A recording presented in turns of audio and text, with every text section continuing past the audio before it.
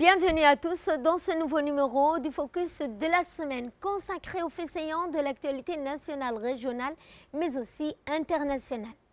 Le chef de l'État Ismaël Omar Guelleh a reçu son homologue somalien Hassan Sheikh Mohamud à la tête d'une importante délégation qui comprenait notamment le ministre de la Défense de ce pays. Le chef de l'État, son Excellence Ismaël Omar Guelleh, a reçu au Palais de la République son homologue somalien Hassan Sheikh Mohamud à Djibouti, depuis à la tête d'une délégation de haut niveau, comprenant notamment le ministre somalien de la Défense. Les relations bilatérales, la nature précise et l'appui substantiel et multiforme que notre pays est en mesure d'apporter à la Somalie dans sa détermination de plus en plus affichée à faire valoir l'autorité de son gouvernement sur toute l'étendue de son territoire ont été évoqués au cours de cette rencontre.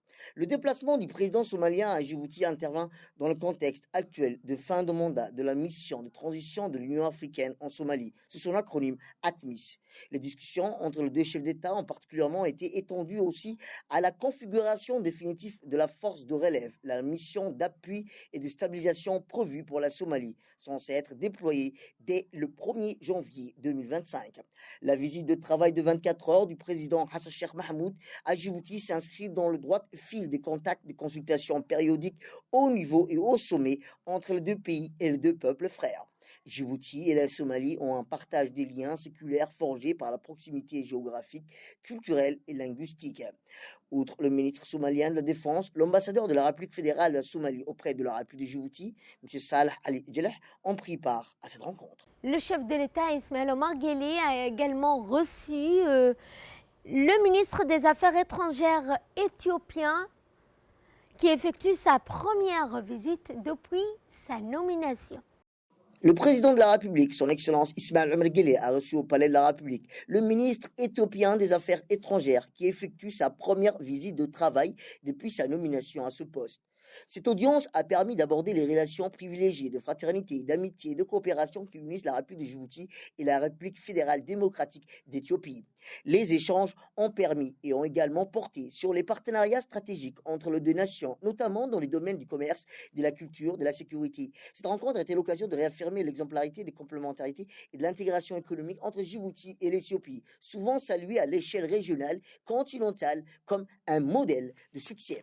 Le ministre éthiopien était accompagné de plusieurs hauts responsables, parmi lesquels le secrétaire d'État au ministère des Affaires étrangères, le directeur des Affaires africaines et l'ambassadeur d'Éthiopie à Djibouti, ainsi que d'autres membres du cabinet du ministère éthiopien des Affaires étrangères. Et nous allons à Tadjoura cette fois pour parler de ce festival qui a donc reçu plus de 3000 personnes qui étaient présentes, mais également une conférence de débat qui a été organisée sur le Mad'a Afar. La richesse culturelle de la région. Une conférence débat a été organisée pour renforcer la compréhension et la valorisation du Mad'a Afar, le droit coutumier ancestral des communautés afar. Ces débats ont réuni des experts, des membres de la communauté et des responsables politiques, dont le Premier ministre, M. Abdelkader Mohamed, qui a participé activement aux discussions. L'objectif de cette rencontre était de renforcer les connaissances endogènes des communautés afar concernant le Mad'a Afar, un pilier fondamental de la justice sociale et de la cohésion culturelle au sein des communautés de la Corne d'Afrique, particulièrement en Djibouti, en Éthiopie et en Érythrée. Le débat a permis de mettre en lumière l'importance du droit coutumier dans la gestion des conflits, le maintien de l'harmonie sociale et la protection des droits traditionnels des communautés. Lors de cet échange, les participants ont approfondi leur compréhension du Mad'a Afar et ont réfléchi collectivement aux moyens de valoriser ce patrimoine vivant. Le Premier ministre, M. Abdelkader Mohamed, a souligné le rôle ancestral et central de cette pratique dans la consolidation de la justice sociale, la préservation de l'identité culturelle des Afars et a appelé à l'unité et à la coopération régionale pour promouvoir ces modèles à travers les frontières. À l'Assemblée nationale, le président de l'Assemblée nationale Dilleta, Mohamed Dilleta, a présidé la 3e séance publique de la 2e session ordinaire. Explication. Dileta Mohamed Dileta, président de l'Assemblée nationale, a présidé la 3e séance publique de la 2e session ordinaire en présence de M.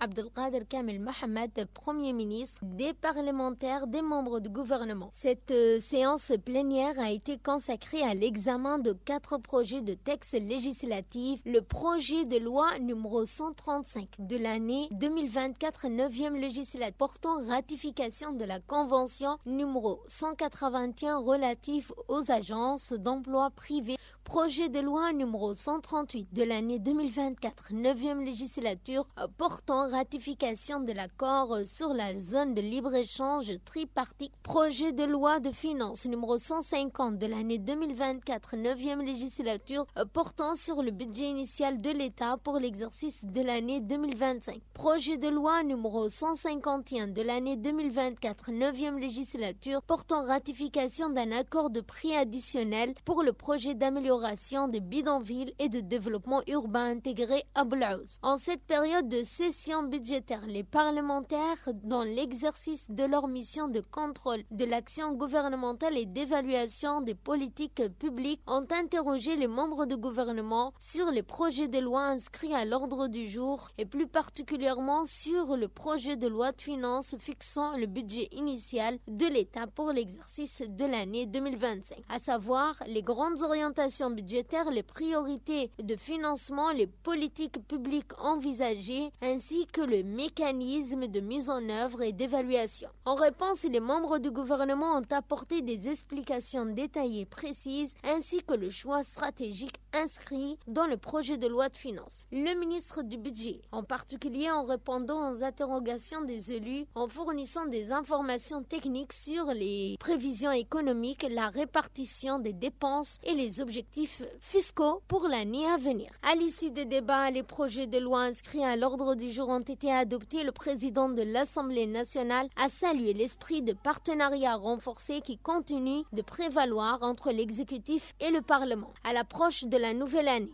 M. Dileta Mohamed Dileta a exprimé ses vœux les plus chaleureux au président de la République Ismaël Omar Guelleh, à la première dame Mme Khadra Mahmoud Haïd, président de l'Union nationale des femmes djiboutiennes, ainsi qu'au peuple djiboutien en entier. Il a souhaité que l'année à venir soit porteuse de paix, de progrès, de prospérité au peuple djiboutien.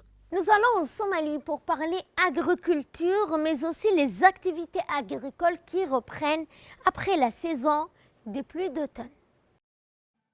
En Somalie, les agriculteurs somaliens reprennent leur activité agricole après la saison des pluies autonomes, marquée par des inondations ayant dévasté les champs près de Baladwin, dans la région de Hiran.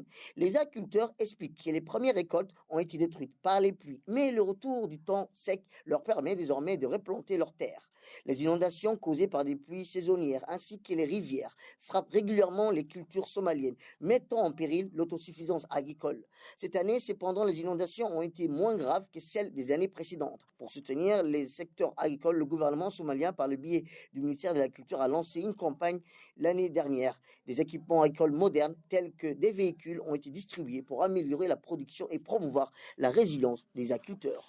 Dans l'actualité internationale, nous allons en Corée du Sud pour parler de ce crash d'avion qui a fait plus de 120 morts. La suite dans ce commentaire.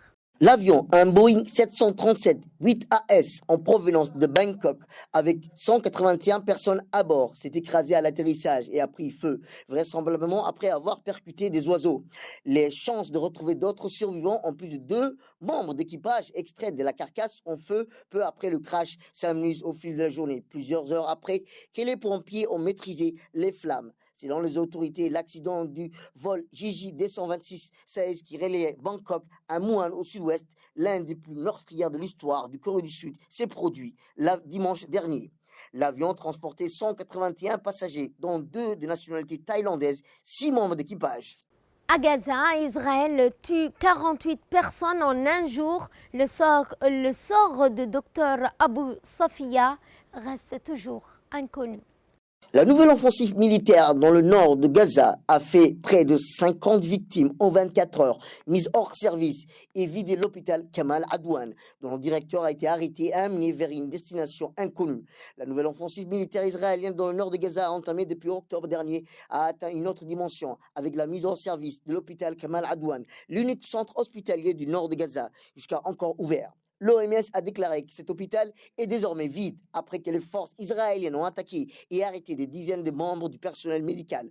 Le directeur de l'hôpital, Dr Abou Safia, a été appréhendé alors que l'Organisation mondiale de la santé a retiré son appel à la protection des hôpitaux de l'enclave palestinienne bombardée. Et c'est ainsi que se referme ce focus. Merci de votre fidélité. Excellent début d'année à toutes et à tous.